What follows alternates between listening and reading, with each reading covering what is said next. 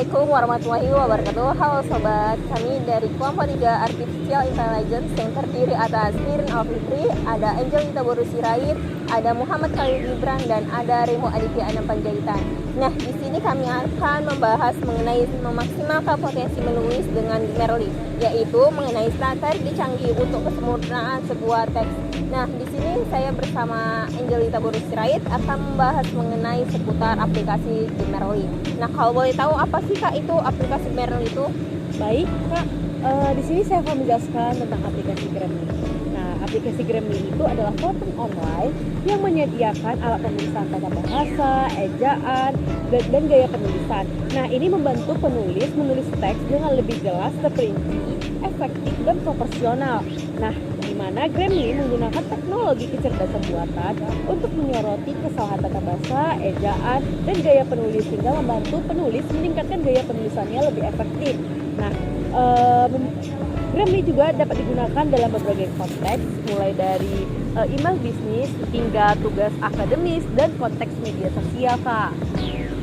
Nah, itu tadi dia mengenai seputar aplikasi Grammarly. Nah, pastikan aplikasi sebuah Grammarly itu kan pasti ada fitur-fitur di dalamnya ya Kak. Nah, kalau boleh tahu apa saja sih Kak fitur-fiturnya ini dalam aplikasi sebuah Grammarly itu Kak? Sebenarnya yang kita ketahui banyak ini ya Kak, fitur-fitur Grammarly. Nah, tapi saya jelaskan aja nih Kak.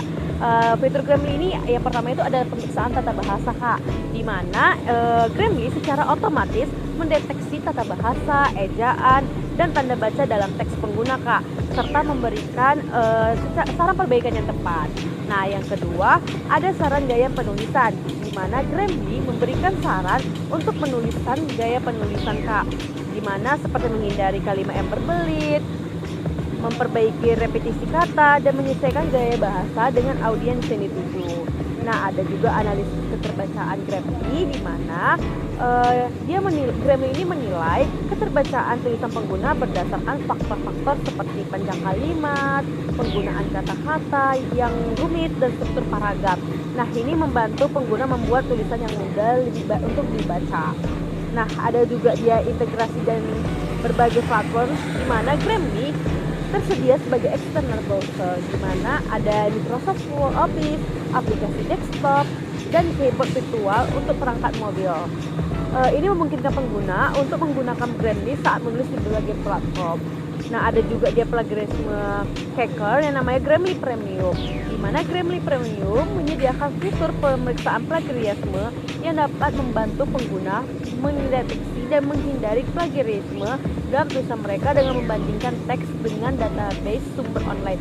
Jadi dia Kak, kalau misalnya nggak premium, dia terbatas gitu menggunakan plagiarismenya Kak, dan itu hanya dipakai untuk premium doang Kak. Nah, itu aja sih Kak dari fitur-fitur Grammarly yang saya ketahui Kak. Baiklah, ternyata banyak sekali ya fitur-fitur dari aplikasi sebuah Grammarly ya kan teman-teman. Nah, di sini kan pasti ada itu sebuah aplikasi ada kekurangan dan kelebihan. Nah, mari kita simak dari Kak Angel mengenai kelebihan dan kekurangan dari aplikasi sebuah Grammarly. Yuk Kak, apa itu Kak? Kamu tahu?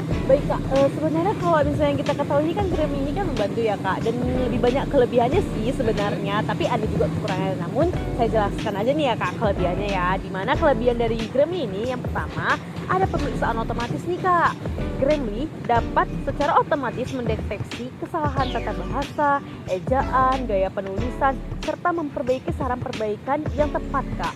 Nah, yang kedua itu ada integrasi yang luas nih Kak.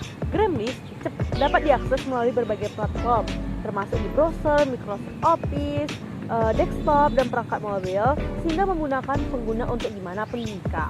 Nah, ada juga analisis keterbacaannya nih Kak. Grammarly menyediakan analisis keterbacaan untuk penggunaan membuat tulisan yang lebih jelas dan mudah dipahami oleh pembaca nih Kak. Selanjutnya itu ada pembelajaran yang terus berkembang. Grammarly dapat membantu pengguna memahami kesalahan tata bahasa, ejaan yang sering dilakukan, dan dapat memberikan saran untuk meningkatkan kemampuan tulisan mereka dari waktu ke waktu nih Kak. Tadi kan udah saya jelaskan nih Kak kelebihannya. Nah, saya akan menjelaskan nih Kak kekurangan dari Grammarly. Di mana kekurangan dari Grammarly ini ada keterbatasan versi gratis. Nah, fitur pemeriksaan yang gratis ini Kak lebih canggih seperti pemeriksaan plagiarisme, hingga tersedia dengan versi berbayar Grammarly Premium Kak. Jadi nggak hanya versi gratis saja Kak, tapi ada juga dia versi premiumnya. Nah, dia itu ada kedua tergantung pada koneksi internet. Nah, Grammy ini membutuhkan koneksi internet, Kak. Jadi kalau misalnya kita mau memakai Grammy, kita harus terhubung dulu dengan internet. Kalau misalnya kita nggak terhubung, kita nggak bisa menggunakan Grammy ini, Kak. Nah, dia di Grammy ini, Kak, kekurangannya tidak selalu akurat. Grammy dapat membantu mendeteksi kesalahan, namun dalam konteks kadang Grammy ini tidak selalu akurat, Kak. Jadi kita harus lebih bisa mencari referensi lagi dari yang lain. Nah, itu aja sih, Kak, dari saya. Nah, sobat, udah dijelaskan mengenai kelebihan dan kekurangan. Nah, yang tadi Kak Angelita terangkan itu ada itu yang mengatakan fitur berbayar dan fitur gratis. Nah, kalau boleh tahu itu fitur berbayar sama fitur gratis itu apa, Kak, perbedaannya di dalamnya itu ya, Kak? Sebenarnya kelebih pemakaiannya ya, Kak, kelebih pemakaiannya, Kak. Kalau versi gratis ini pemakaiannya, Kak, bisa digunakan dalam pemeriksaan tata bahasa nih, Kak. Tapi dia menyediakan dasar pemeriksaan tata bahasa dan ejaan untuk mengidentifikasi kesalahan umum. Kalau di versi gratis nih, Kak. Nah, yang kedua ada pemeriksaan tanda baca, di mana memeriksa kesalahan tanda baca sederhana. Yang ketiga, pemeriksaan gaya penulisan, memberikan saran dasar untuk memperbaiki gaya penulisan agar lebih jelas dan efektif. Nah, yang keempat ada integrasi dengan browser, ekstensi browser untuk memeriksa kesalahan di berbagai situs web. Nah, kalau fitur dia premium ini, Kak, sebenarnya sama, cuman bedanya kan itu yang gratis dan ini premium, Kak. Nah, di fitur premium ini ada satu yang pertama, pemeriksaan tata bahasa lanjutan. Menyediakan pemeriksaan yang lebih mendalam dan kompleks untuk tata bahasa termasuk kesalahan yang lebih rumit. Jadi, Kak, dia di dalam pemeriksaan tata bahasa lanjutan menggunakan versi premium ini, Kak.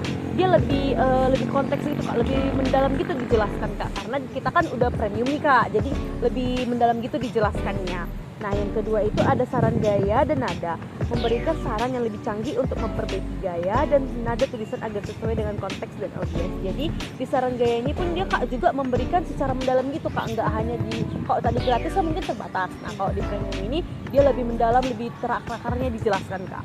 Nah, dia yang ketiga itu ada plagiarisme, memeriksa teks terhadap miliaran halaman web untuk mendeteksi potensi plagiarisme. Nah, seperti yang tadi sudah saya jelaskan, Kak, kalau misalnya dia di versi gratis kan tadi kan plagiarisme nggak bisa dilacak ya, Kak. Tapi kalau dia di premium, kita bisa melacak plagiarismenya, Kak, asalkan kita menggunakan premium.